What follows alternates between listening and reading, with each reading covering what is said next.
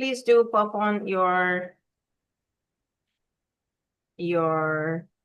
introductions. Thank you, Sarah. Good to see you. Montessori School, wonderful. Exactly our topic of choice today. We are going to talk about ECT.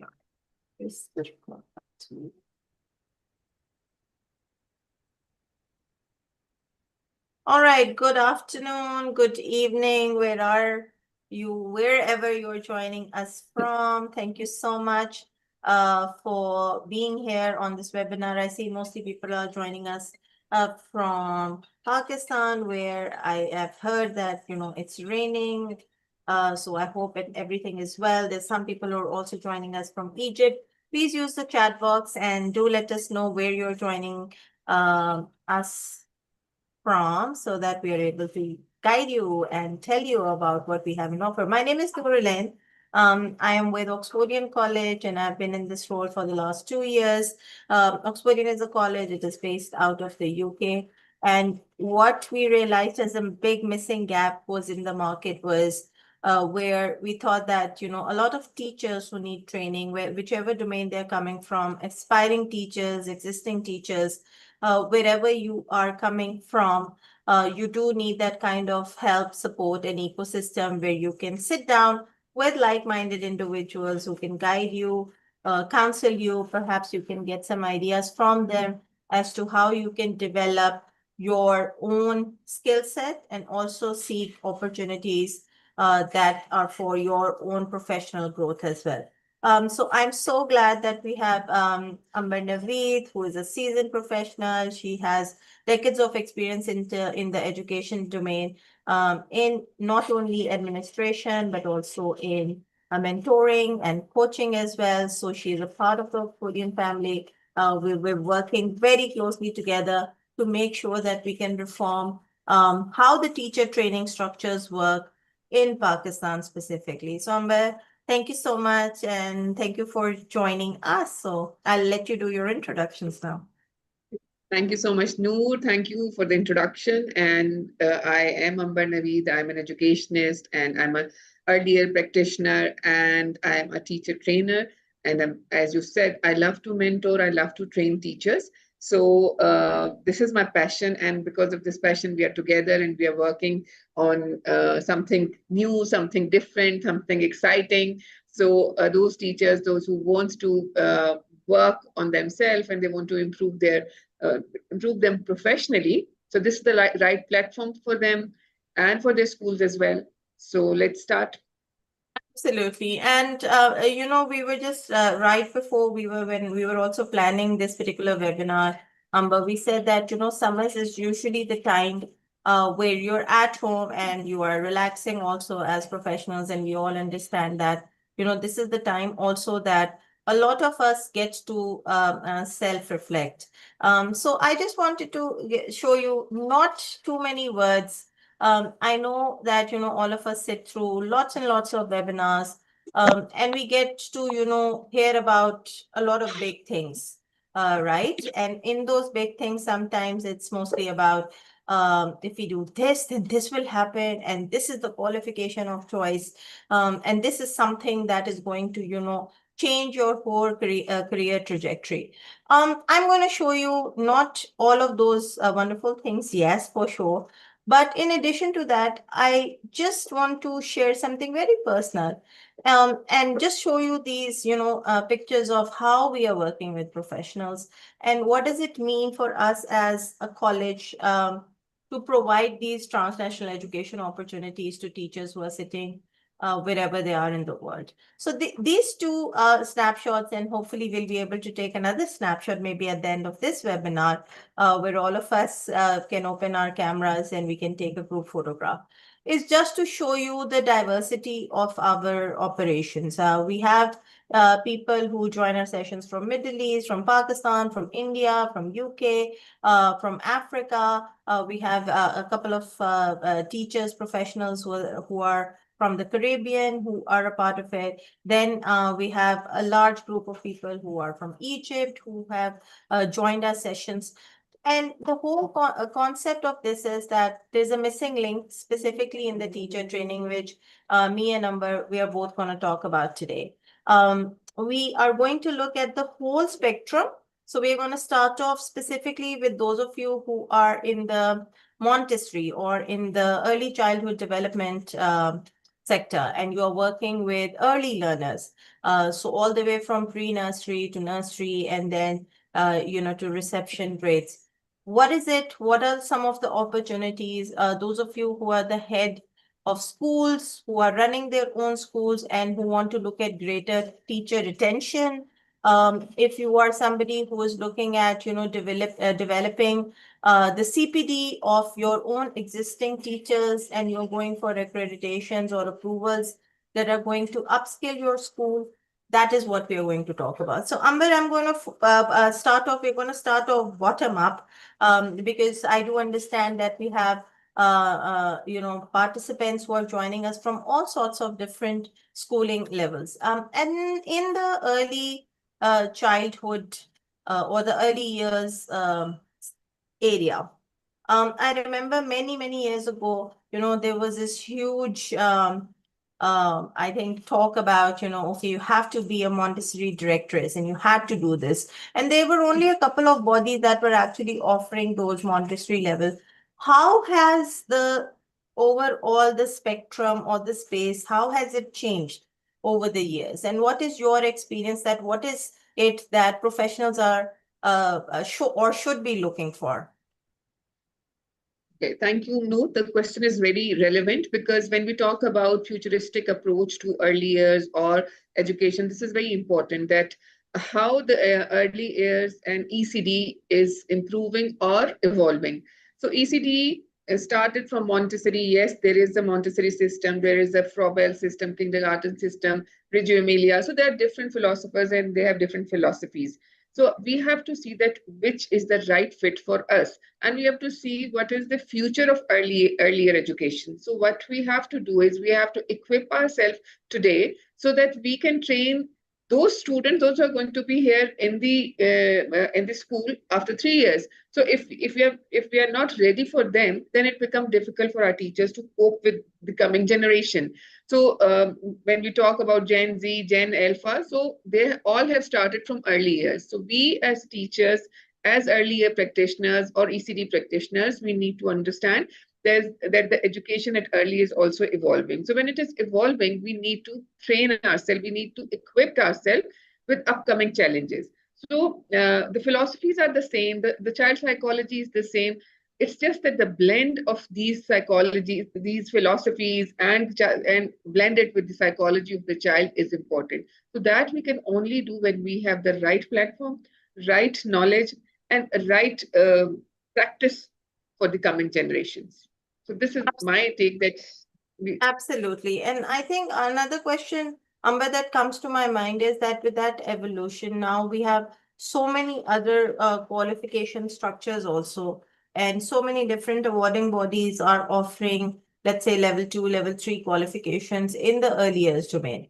What is actually the impact, or what is the professional growth that people can seek from those from doing those qualifications, and what does like their professional growth look like after they have achieved the qualification?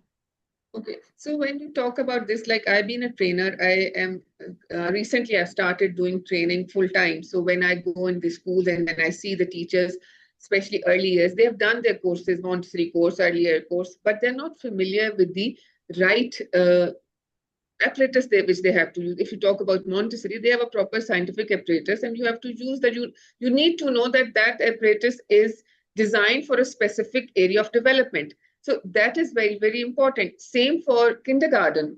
There are objects from Froebel's way of teaching. So how to use them? I'm not saying that the schools are not providing. They have the equipment, they have the apparatus with them, but they are in the shelves. They are not with the children. Why? Because the teachers are not familiar with that. They are afraid of using those materials, those apparatus, those, because they are not trained to use that, and they're not clear that if I talk about one material like pink towel in Montessori. So they won't be familiar that what area this exercise is going to help the child. Why we have to, is it just a building block or it has another purpose as well? So same, there is object for kindergarten as well. Then again, Reggio Emilia has a play-based teaching and learning. But play-based doesn't mean that you can just leave the child and he can just play whatever he wants to.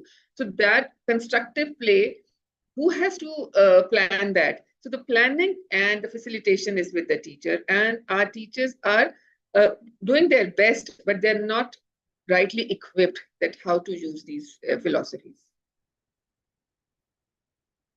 Absolutely. And I think that actually spirals this, this whole, we can say, like an avalanche, because when we are not looking at things from the bottom up, so we're talking about, early childhood development, but that's also the teacher that is coming on board, who's going to inculcate into a child that, these are the different learning methodologies, these are the different resources. I'm going to share a very practical example with everyone, and we are going to move up the curve.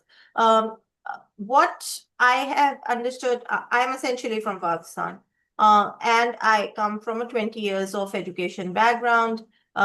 Firstly, as part of the marketing side of education, and then looking at, the delivery bit, and then the training bit as well. And something that I realized looking at, different education models as well, when I was thrown into this particular, you can say, ocean of teacher training, I understood and realized that the lens at which an international qualification or teacher qualification is looking at things, and how we have been accustomed to provide these trainings to our schooling chains and our schooling groups as well, is where there's a huge lapse. And I'm going to show something to all of you just now, which would be perhaps like also a fun activity that we all can do. Okay, so I'm just going to give a little bit sneak peek into a teaching checklist. Okay, and this is just something that I've just pulled, so bear with me because it's not in any format. But because all of us are teachers here, I would want to take everybody through a number, then you can echo what I'm saying also, in terms of what is it that we are looking at. So this is a checklist. This comes to you when you're doing your own self-assessment, okay? So let's see, let me get some names. So Afsha, Amal, Anika, Anam, Hamna, Hiba, Hina, all of you teachers, we have over 44 people here right now on the call.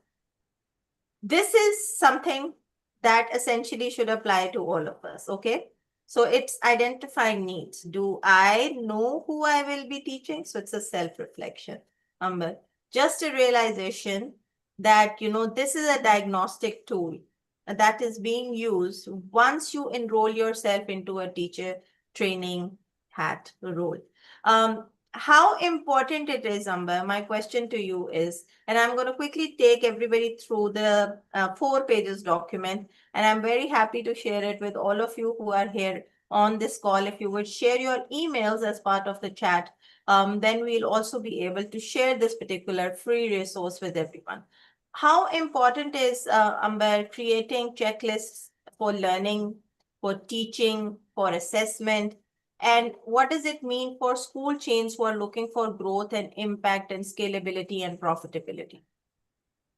So when we talk about this, any particular checklist for teachers and their learning, and there are different ways that how a teacher is going to measure her own self-assessment. You can say a self-assessment. So there should be a checklist in which you should know, okay, I know this much, but what I have to do next. Yeah.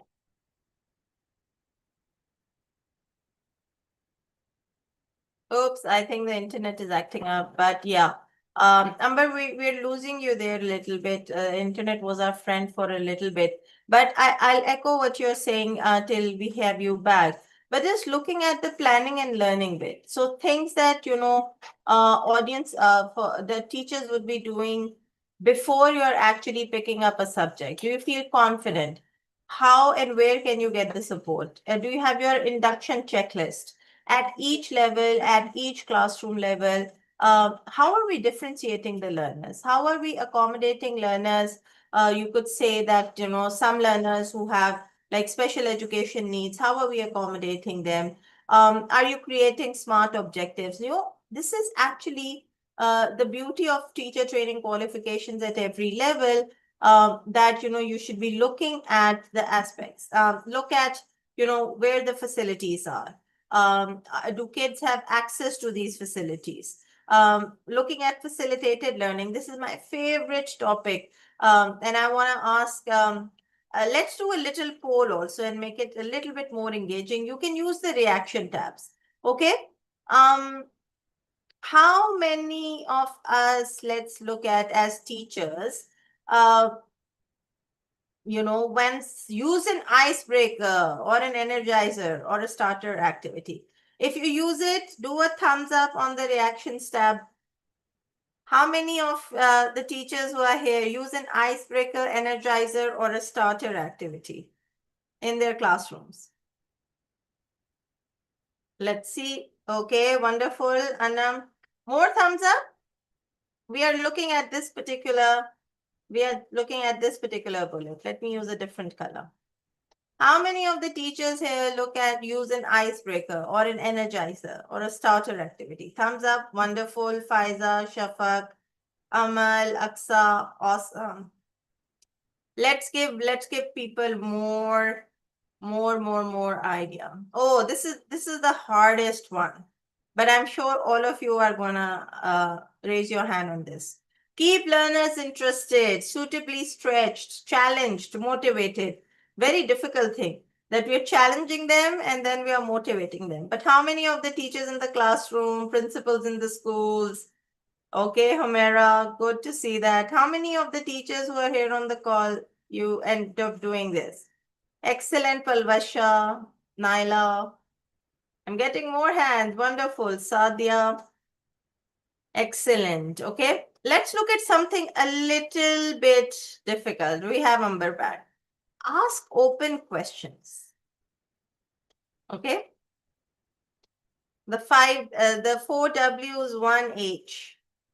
How many of the teachers do that? It's a very basic. Rabia, wonderful. I think all of the teachers who are teaching perhaps at a senior level, perhaps at a O levels, A levels level, we're all asking open questions, aren't we? Right? And that's the beauty of this. The list still isn't over. I'm just still telling you that look at how much planning goes into the teaching bit. Amber, do we have you back? Is the internet better? You're muted, so I'll give you 30 seconds more. Let's just for you to fix it. Looking at the assessment bit, now the checking bit, where we are developing tests and quiz and assessment methods. Do we have a variety? This is something which, I feel was a biggest link when perhaps, all of us were growing, right? We must be in the same age bracket, those of you who are on the call, maybe some younger ones. But when we were growing up, imagine in the 90s, most of you, did we have many differentiated assessment activities? If yes, then do a thumbs up. If no, then do a heart. I do a heart on this because I didn't think that when I was in grade 6 or 7 or 8, there was not a lot of assessment methods, right, Aksa? Aksa here agrees with me, right? We didn't have as many assessment methodologies. We didn't have as many team meetings or group discussions or anything that we could perhaps use. Amber, you can now, I'm sorry, yeah, Thank you you. can unmute yourself. I was trying to speak. So sorry, my bad there. But go ahead and just, I wanted your thoughts on this, that, differentiated assessment activities, how important it is for holistic learning, specifically of students. Sorry. Actually, I was just fixing it. So you were talking about holistic? Holistic learning, I'm just looking at this highlighted bullet that, how Okay. important it is for schools to have differentiated assessment activities. Okay, if I talk about in relevance to early years, this is very, very important that a holistic approach is that where the child is developing cognitively as well, and his executive functions are also working, his brain is developing, he has his motor skills and small motor skills and large motor skills are developing at the same time. And then you are coordinating all these things to develop and to have a specific assessment criteria. So that can be done through observations, that can be done through practice. So there are different kind of tools which can be utilized to do such things. Absolutely. So just to show you guys this particular resource, it's a 4-page long resource, but it serves as a excellent teaching tool of how the teaching methodologies and assessment methodologies should work for anybody who's in a managerial role or anybody who is in a different role. Absolutely, Rani. I'm just looking at some questions as well, that specifically accommodating children now that we have more awareness towards kids who would have perhaps cognition delays, or they would have speech delays, or they would have maybe they're on the spectrum of autism, but then we want to make them a part of the society. What are some of the different tools that we can incorporate at the schooling level?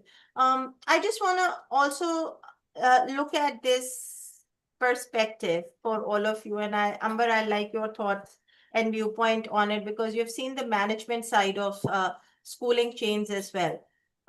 Just looking at what does it mean in terms of uh, running a school that is, focusing on different skills and different abilities. There's a huge opportunity for the principals who are here, the school owners that are here on the call, to actually market it as your niche.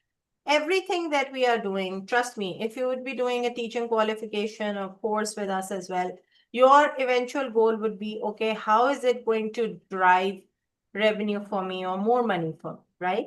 So similarly for schools as well, the different spin that you can give or to offer something which is different is something that schools should be looking at. So Amber, I just want your 2 cents on this, that how are schools and colleges, what is the general trend, and what are the different models in which schools and the teachers who are here can go in for teacher training, and what is it that we can offer to all of the people who are on the call today with us? Okay, so when you talk about school owners, school leaders, so what is important is that you have to retain your staff. And to retain your staff, you need to have these training modules with them. Like the courses what we were offering, they are not only help them to work here in Pakistan, but it is going to open the avenues for them internationally as well. And it's not only that you have to go abroad and work outside the country. It is that you have to learn the future approach of the teaching and learning, and what is new in the education, and how we can bring that to our our school system. How can we make our children equipped with the global practices? So this is how this is very, very all the schools and colleges, especially I'm talking about early years. So all these schools, those who are who want their teachers to be retained, who want their teachers to be at par, they must have these courses with them. The courses which we are offering are very simple, and they can do it by staying at home, by during their after their offices, or after their work hours. They can do very easily. But what these courses are bring to them is uh, is not only that they are going to have the certification, they are going to be equipped with the right knowledge, right information, right skill, which is required for the child who is in early years these days. Absolutely. I can't really see you, Amber. I don't know if it's the You won't be internet able or to the. see me because there is a power shortage in Islamabad because of Oh, the rain. yeah, because of the rain. No worries. We are getting a question, so let's take some questions. I think, Rabia, you're asking that Is it always possible to teach in the same classroom in the same given time to like, yeah, 20, 25 children who do not have special needs, and then 2 to 3 children who might be teaching, might have autism or ADHD, and what is I would that we like can do? Yes, Amber, go ahead. I was I would coming to like you. to answer this question. Yes. Yes. Yes. So when you have 20, 25 children and you say, and you believe that there are few children, those who have ADHD, are you sure that they are ADHD students? Do you have that certification that you can tell that those students are suffering with ADHD? No, you are not. So you need to be equipped yourself first that whether what we are saying, is it right? And if it is right, then there are right tools for that. Then we have to be ready that how to help those children. If they are part of your classroom, they are your students. We can't say that he has this child has a learning disability. For that matter, the child has dyslexia or dysgraphia or whatever the learning disability he is going through. And then we can say that we cannot keep him in the class. No, we need to equip ourselves that how can we help that child.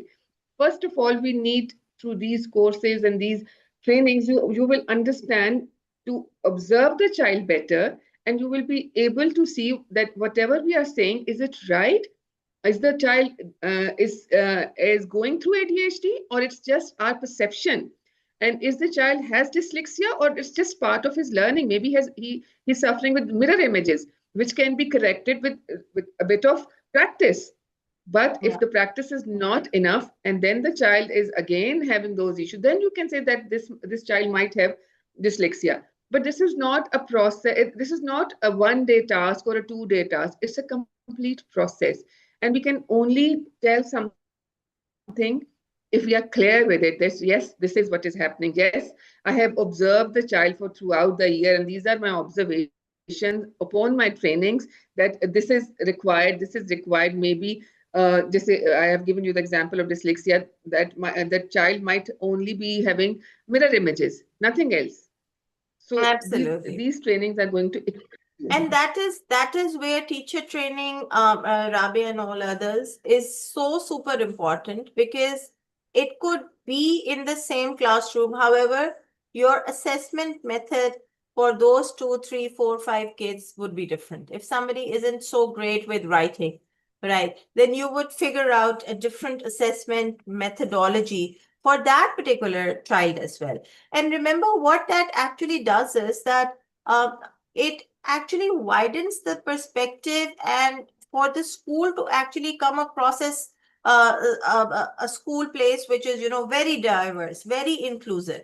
These are the values that you could then also, I think hover on, and you could actually use it to attract more and more individuals and start thinking about these things as well. I'm going to show you one other tool, okay? That's also an excellent tool that I want to share. And I just put yourselves in that role, in that position where you would think that had I seen this tool, Noor, a couple of years back, maybe my teacher growth would have been something different. Okay, so here's a mind map. Okay, and I love playing with visuals, so I'm showing this to you guys. This is a teacher training practice plan.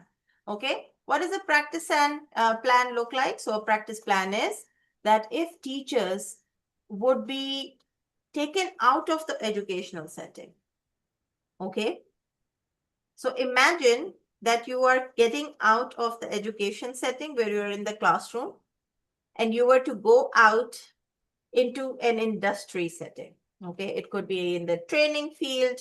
You could, share your own experience of being a teacher or a trainer. You will develop your own action plan, given the complete freedom to develop your own action plan to run a course. Okay. How many of you think that, this is something really exciting and you guys would be up for it? Give me a show of thumbs up, hearts, whatever you can. Okay. Essentially, the three circles, the chart is actually telling you that, where can you actually split your teacher training experience. Okay. And you'd see the education setting on the right-hand side is 20 to 25 hours. The industry setting is the larger chunk, 67 to 72 hours. And then complete freedom to develop your own action plan timelines. Let's see, how many hearts do we get? Let's just ponder on it. Yeah, Rabia, I completely agree with you. Entertaining as well, absolutely. And a learning curve, no? And a learning curve. And you look at the evidence, how a teacher who is in a teacher training module is going to be assessed. It's not just via tests or quizzes, just like we do in the classroom, right? It's more to do with, okay, how does my teacher plan look like? How does my resources that I have accumulated look like? And I know for a fact that all of you, the passionate teachers that we have, all of you would love to have, your own resources. You may get to make your own lesson plans, your session plans. You get to do your reflection. Sometimes it does happen, you would have planned the most brilliant activity for your students and there would be no response from them. It wouldn't work, right? And you could do a reflection because remember, you are in a teacher training mode and you would want to reflect back and see, okay, this didn't work, but maybe I can get some other thing to work as well. And then you see the lecture bit is the tiny bit right at the bottom. I'm looking at the evidence box right here.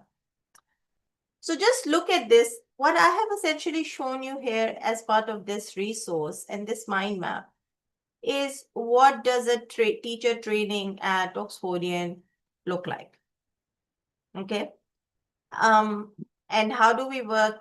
We don't work on just, you could say, getting people to, study at their own. We're not an online college in which we'd say, okay, here is your materials, here are your course, go ahead and do whatever you want to do.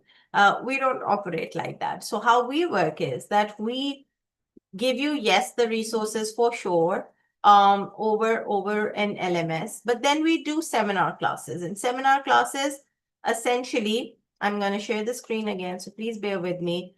Seminar classes is essentially where we sit down live with you, okay? And we do these live one-on-one sessions, just a glimpse of what we are doing right now, but much more two-way communication. And we enable you to, do the qualification at your own pace, but in the evening times. So the timelines are generally in the evening hours, and it's once a week seminar classes that we do for all of our programs. Because we understand that self-learning programs, or if you're doing an online course, you would sit on it for months, maybe weeks, and then not be able to complete it. So what we are, and what Amber and I actually wanted to tell you about, that this is something all practical. I'm not telling you that it's going to be the best thing that you're going to do for the rest of your life, but just telling you the practical feasibility of where can you look for opportunities, growth, what does it mean for you if you want to progress to other job opportunities, if you want to explore job opportunities in Pakistan, outside of Pakistan. This is essentially the first step. Okay, so I have spoken a lot and now my throat is pretty much dry. But I wanted Amber to take the lead here. I think our internet is better now, and the light seems to be back as well. But what we are looking at is that we need to understand, Amber, that if somebody has to get in touch, when is the next batch starting? We have a couple of qualifications that are going to be up very soon. We are launching the course, the Award in Education and Training. That is a qualification that is up for grabs. The early years practitioner course is up for grabs. And then we have a bunch of other quality assurance qualifications that you can also be a part of. But Amber, over to you. I think you're unmuted now. You can speak. Okay, I'm just going to share the screen. Yes. So that we can just see that which courses we are offering right now. Yes. So just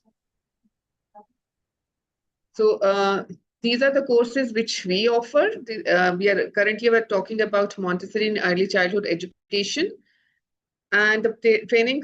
There are training processes, 1 day workshops, 5 days courses. These are other trainings which we are offering, not from Oxfordian College. So this is what we are talking about at the moment. So the courses which we are offering is level 1 and level 2, functional skills and qualification in maths, level 1 and level 2 functional skills, level 2 diploma for early years practitioners. This is the right diploma, which is for the practitioners, those who are here for from early years background. Qualification in English level 4, and then award in the International Quality Assurance level 5 diploma in teaching. So these are the courses which we are offering from Oxfordian College, and Noor is going to help you out to understand that how we are going to do this. This is a online way of doing it. You don't have to go there, and it would be hybrid as well. If we have to take face-to-face classes, we are going to take face-to-face classes and some online classes. So this is what we are focusing on, and we will be starting these courses August onwards. And we are going to approach different school systems as well. Maybe a few schools would be on board as well, and individuals can join us as well. So this is what we have at the moment. And if you have any questions regarding that, just put it in the chat box. We are here to answer that. Currently, we can talk about level 5 diploma in teaching and level 2 diploma in for earlier practitioners. Yes, right? the level 5 in diploma in teaching, also the level 3 in award in education and teaching as well. So there are different competencies and different scales of the qualifications. If you haven't yet, please scroll through the chat. We do have a WhatsApp community in which we keep sharing all of these opportunities. Just to echo what Amber is saying, yes, if you want to be in your home country right now, wherever you are joining us from, you can enroll in any of these courses. We will be sharing the links as well with the complete details with you. If you have sent us your email in the chat is saved with us. If you haven't, and if you want to know more information, please feel free to leave your email in the chat box, and then we will get back to you with all details of the different courses. You can apply to the early years diploma course as well. And those of you who are looking at an in-person teacher training boot camp, we are doing our flagship teacher training boot camp in person in London from 13th December to 23rd December. It's a 10-day intensive learning experience face-to-face in London. You would be issued a letter of invitation on the basis of which you can apply for your visa.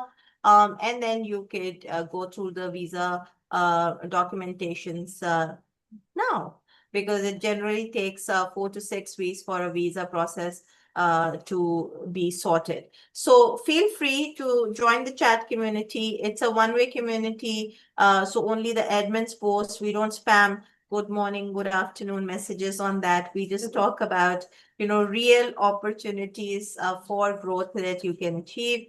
The Teachers Training Bootcamp is something which allows you a visit visa as well as part of the training. So you come in as a student to attend a program, and then you can, just look on to explore as well. The timing is December. Why? Because, obviously keeping in view the holidays as well, and the weather is lovely. It's not that cold as well. And I think, yes, please. one thing more. On 19th of August, we might have a teachers meetup, maybe in some of the schools, maybe in some of the training facilities. So keep an eye on the group, and we are going to post there that where we are meeting, and maybe we can have a meetup at a coffee shop as well. So there are a few schools on board already where we are going to go and have the formal conversations, but we can have informal conversations with those whose schools are not part of that. They can come and meet us on a coffee shop, on a training setup. So on 19th of August, keep yourself available for more information about these boot camp and a face-to-face discussion where you can have your queries can be more easily answered, and you will be more relaxed that yes, they are not only online, they are physically present as well. Yeah, absolutely. So what we'll do is that we'll float a Google registration form for those of you who'd be interested in the August 19th meetup, and then you guys can meet Shazia, who's the owner of the college. She's gonna be in Pakistan, and you can ask her about how the British education system works, how the opportunities work as well, and you can feel free to ask any queries that you have. There was one query that are these all international recognized? Yes, they're all UK Ofqual regulated qualifications. There are some queries that I thought about the pricing as well. The pricing is lesser than a formal Pakistani Joda. Okay, let me be very, very honest and open there. So the pricing is definitely less. We do have payment plans also in place, so you can look into that as well. But so each information and every information we will send it across to you. Don't worry. Amber, and we've gone ahead than our 30 minutes time, but anything else that you would want to share? No, I think this is enough. If they have any questions, they can drop their questions. I can reply them later as well. They have any questions regarding early years, like the question which I like about ADHD, but there are other problems as well. So if you have any questions regarding that, just leave that in the chat box. I can reply you on your email. And let's have a photograph together, Noor. Yeah, absolutely. Okay, yes. I think for those of you who want to turn on your cameras, where we can take a photograph, we'll allow any videos that are coming in now. Those of you who'd want to open your cameras and we can take a group photograph. Why is that important? Let me also tell you why we have more people turning on their cameras. Thank you, Simra, for being brave for turning on your camera. The rest can also follow through. Why is it important is another thing I think is your own CPD. Every opportunity that anybody is spending, attending webinars or going to a workshop or going to a meeting or sitting down with their colleagues and doing a discussion around, assessments or plans or results or standardization, everything qualifies as a CPD.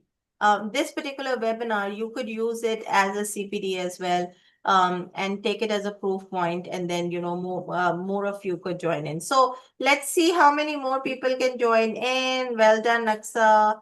Good to see everybody. Hina, Afsha, Mahin, such brave girls, I would say. I just love using the word girls, still. Do we have any young boys as well? They can also open up their cameras with us young girls. Yes. Always 16-year-old girls and 16-year-old boys can turn on their cameras. Let's see how many 16-year-olds we have. Okay, wonderful. It's so good to see you, Sarvat. See, now we can, look at each other and we'll have the memory in our head of who we were speaking to. Okay, wonderful. So we'll wait for more people to join in. If you haven't yet and you want information, please feel free to leave your email in the chat box. There is a WhatsApp group also. Let me see if I can reshare it. It's a one-way WhatsApp group. It's a community in which we do keep sharing opportunities for the webinars, for any training opportunities that come along the way. I'm just resharing it. Well done. Okay. All right. No more young 16-year-old girls. Okay, no problem. No problem. I understand that the internet isn't the best, so Yes. just allow me. I hope it's all good and the things settle down really quickly. Okay, so on the count of 3, 2, 1, ladies, the first picture coming up. Okay, that's one. Do the thumbs up. And with a thumbs up also. Those of you who still want to open up your cameras, you can. Okay, there we go. We have Anita. Okay. Really hard for me to do it with the thumbs up. But thank you so much. The resources, the tool, I will be emailing it to you, those of you who have shared your email by tomorrow, if not today. So please do join the groups, and whichever qualifications, just go through it, do your research. And whatever qualification you're interested in, feel free to reach out. Both me and Amber are on LinkedIn. You could look us up. Amber, you can leave your LinkedIn as well. If you're Yes, sir. not on LinkedIn, please, do make a LinkedIn account so that you have that a professional outward facing outlook and networking, that you can do a lot of things that we put up there as well. So you can get in touch with us and be connected. So there we go. That's about it. Ladies and gentlemen, thank you so much for joining us. Amber's number you guys have. You can get in touch with her as well. My number would be in the WhatsApp community as well. Feel free to reach out. And we will see you when we see you with the next webinar, hopefully And we soon. were going to share the picture in the group so you can see We yourself will there. do that. We will do that. Thank you so much, everybody. Thank you. Thank Have you, a great everyone. evening and a Thank weekend you for tomorrow. joining us. Thank you. Thank you. Bye-bye.